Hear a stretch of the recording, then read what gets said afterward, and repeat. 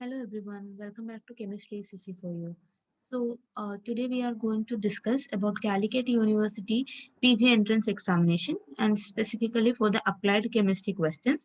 This is one of the previous year question paper and we are going to discuss the solution of this particular question paper here. So let's begin. The first question is, which of the following elements is normally stored in water? And four different elements are given to you. Sodium, white phosphorus, sulfur, and silicon. So when I went through the question paper, what I could find is that in the applied chemistry question paper of Calicut University, mostly the questions are, many of the questions are from inorganic and bioinorganic chemistry. There are questions from physical also.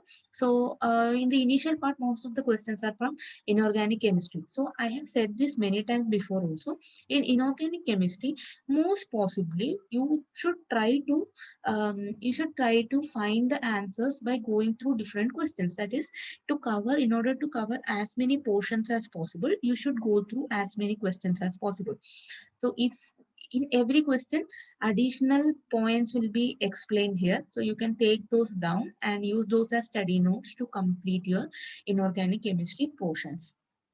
So here answer is option C, white phosphorus. And we need to see now what is the reason. It is because phosphorus is a very highly reactive element, and therefore it must be stored underwater for safekeeping because it will catch fire spontaneously in air. Therefore, this white phosphorus should be kept underwater. What about sodium? Where is sodium kept? Sodium is also very highly reactive and therefore it is kept in kerosene. So you should know both these points. White phosphorus is kept under water and sodium is kept in kerosene. So this is the explanation for the first question. Now the second question. This is a repeated question. It has been asked from every exam, starting from your 12th level exam to your PG level examination. Why? What is the reason for the purple color of KMnO4? Let's take a look at this by point wise. So uh, a manganese atom in KMnO4 has a +7 oxidation state. Therefore, what would be the electronic configuration? It is 3d0, 4s0. That means it has no unpaired electrons in it. Therefore, DD transitions, the option of DD transition is ruled out right then and there. So DD transitions are not possible. Therefore, if DD transition was the reason, it should be colorless because there is no DD transition. But there is an intense purple color. It is because of ligand to metal charge transfer. So we know what is LMCT. This ligand metal charge transfer, ligand to metal charge transfer. So what happens? The ligand consists of, that is, there is charge transfer from the 2p of the ligand, that is oxygen 2p. The electron will be transferred to the 3d. 3d is empty in here. As we already discussed, since manganese is in +7 oxidation state, there is no electron in the d orbital. Therefore, it is vacant, and therefore easily electrons can be transferred from the 2p orbital of the ligand oxygen to the metal d orbital. Therefore, the color is due to LMCT transition. Option C is the correct answer. Let's go to the third question. The compound which does not undergo hydrolysis is. So for this question, I have already explained the P block elements. I have done even one video wherein I have explained this in details. So the answer is option A, NF3. It is because N does not have a vacant orbital to accept the lone pair. All the other three have vacant d orbitals to find. This is in the out of this group 5 elements, this n is the smallest and therefore it does not have a vacant d orbital. All the other three has vacant d orbital and therefore they can accept the lone pair and therefore undergo hydrolysis. Since NF3, nitrogen does not have any vacant orbital to accept lone pair, therefore it is not undergoing hydrolysis. Option A is the correct answer. So one more thing, I'll be putting the videos of S block, P block questions as well as the P block element discussion part, etc. in the links in the description box below. All the inorganic part videos and the shortcuts I will give in the description box below. Please go through that. It will be really helpful for you if you cover that portion. Next, the order of electron gain enthalpy of the following series of atomic species is. So first of all, let me say the answer. The answer is oxygen less than, sulfur less than, fluorine less than, chlorine. And this is the values. These are the values of this electron gain enthalpy. So it is the smallest is for minus 1.48. That is smallest values for oxygen, and so on. So what happens? What is electron affinity? Electron affinity is the like the energy released when there is a when there is the gain of an electron. So this electron affinity generally it becomes more negative on moving from left to right. That is towards the left to right. It becomes more in that case.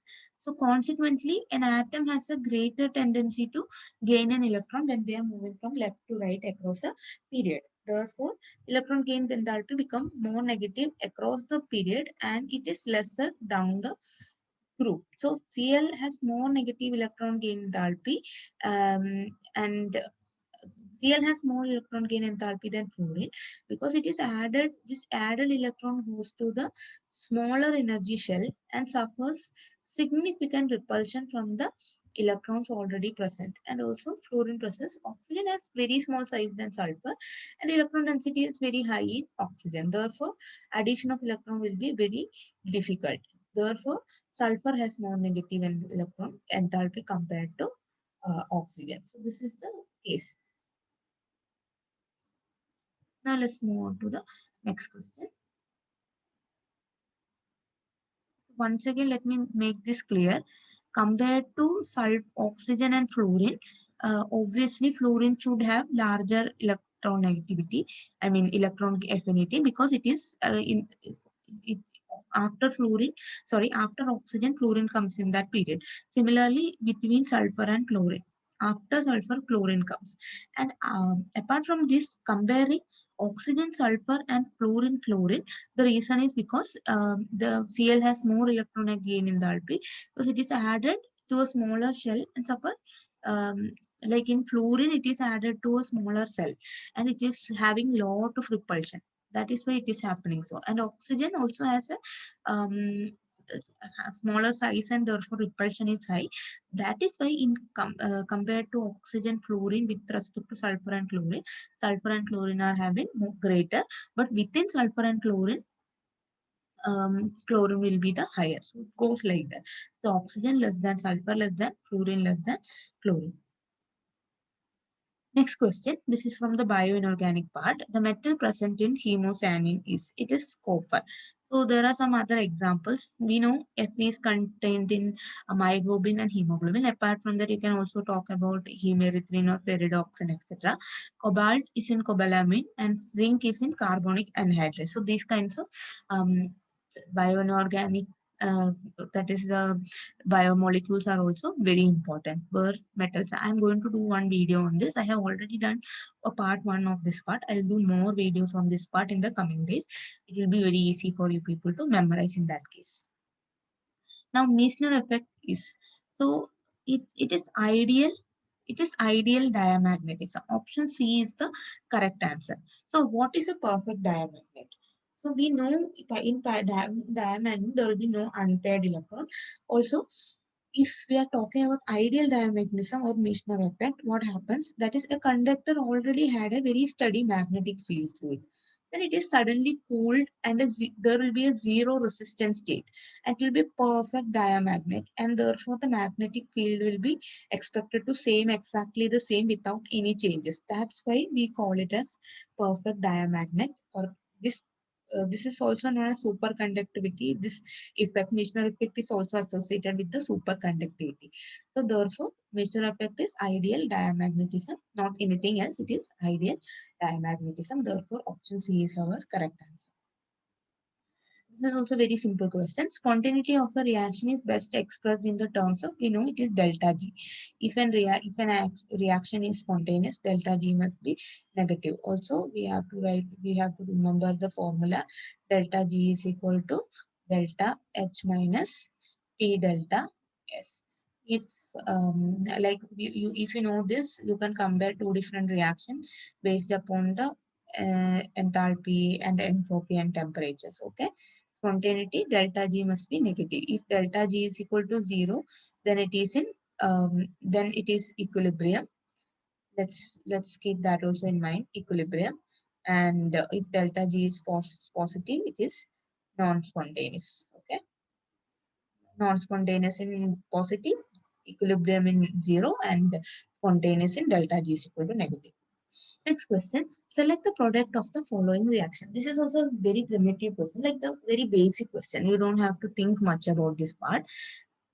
Here, you need to know whether the addition takes place in ortho, para, or meta position. So, first of all, HNO3 and H2SO4 react together to give you the nitronium ion. That is NO2 plus will be formed.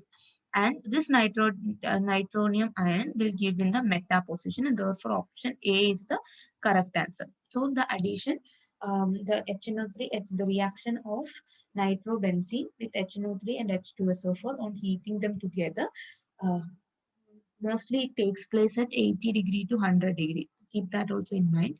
80 degree to 100 degree. The addition will be taking the nitronium ion will be added to the meta position, and therefore option A would be the correct answer.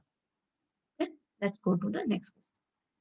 Chemical shift for a COOH proton lie in the delta range. So here we need to know the chemical shift of major functional groups. So the answer is option D, 11 to 12. I'll just show you a small diagram where we can see the values of all the. So here you can see between 11 and 12 you have the RCOOH or the carboxylic acid group. Between 9 and 10 you have your aldehydic group. Then the normal benzene arene kind of groups are in between 7 to 8. Then alkenes are 5 to 6.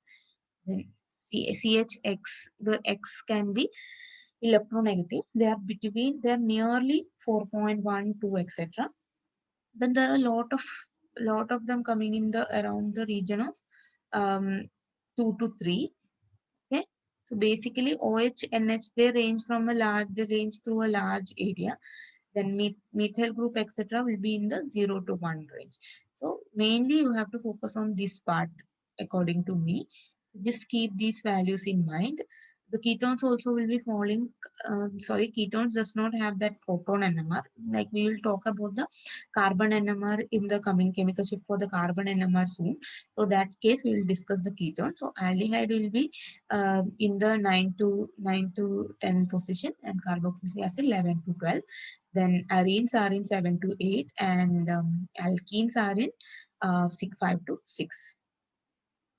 Now, this is the last question that we are going to discuss today. So, due to Frenkel defect, the density of an ionic solid, the answer is option C, does not change. Due to Frenkel defect, the density never changes.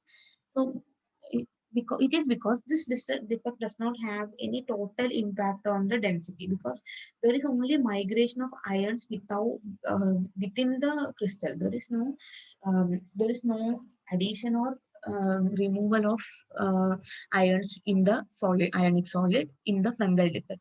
But in Schottky defect, there is a density reduction because of the movement of the ions. Okay? So Frenkel defect does not cause any changes. I'll give the links of almost all the videos that is relevant to this part in the comment section, in the description box below. Please go through that.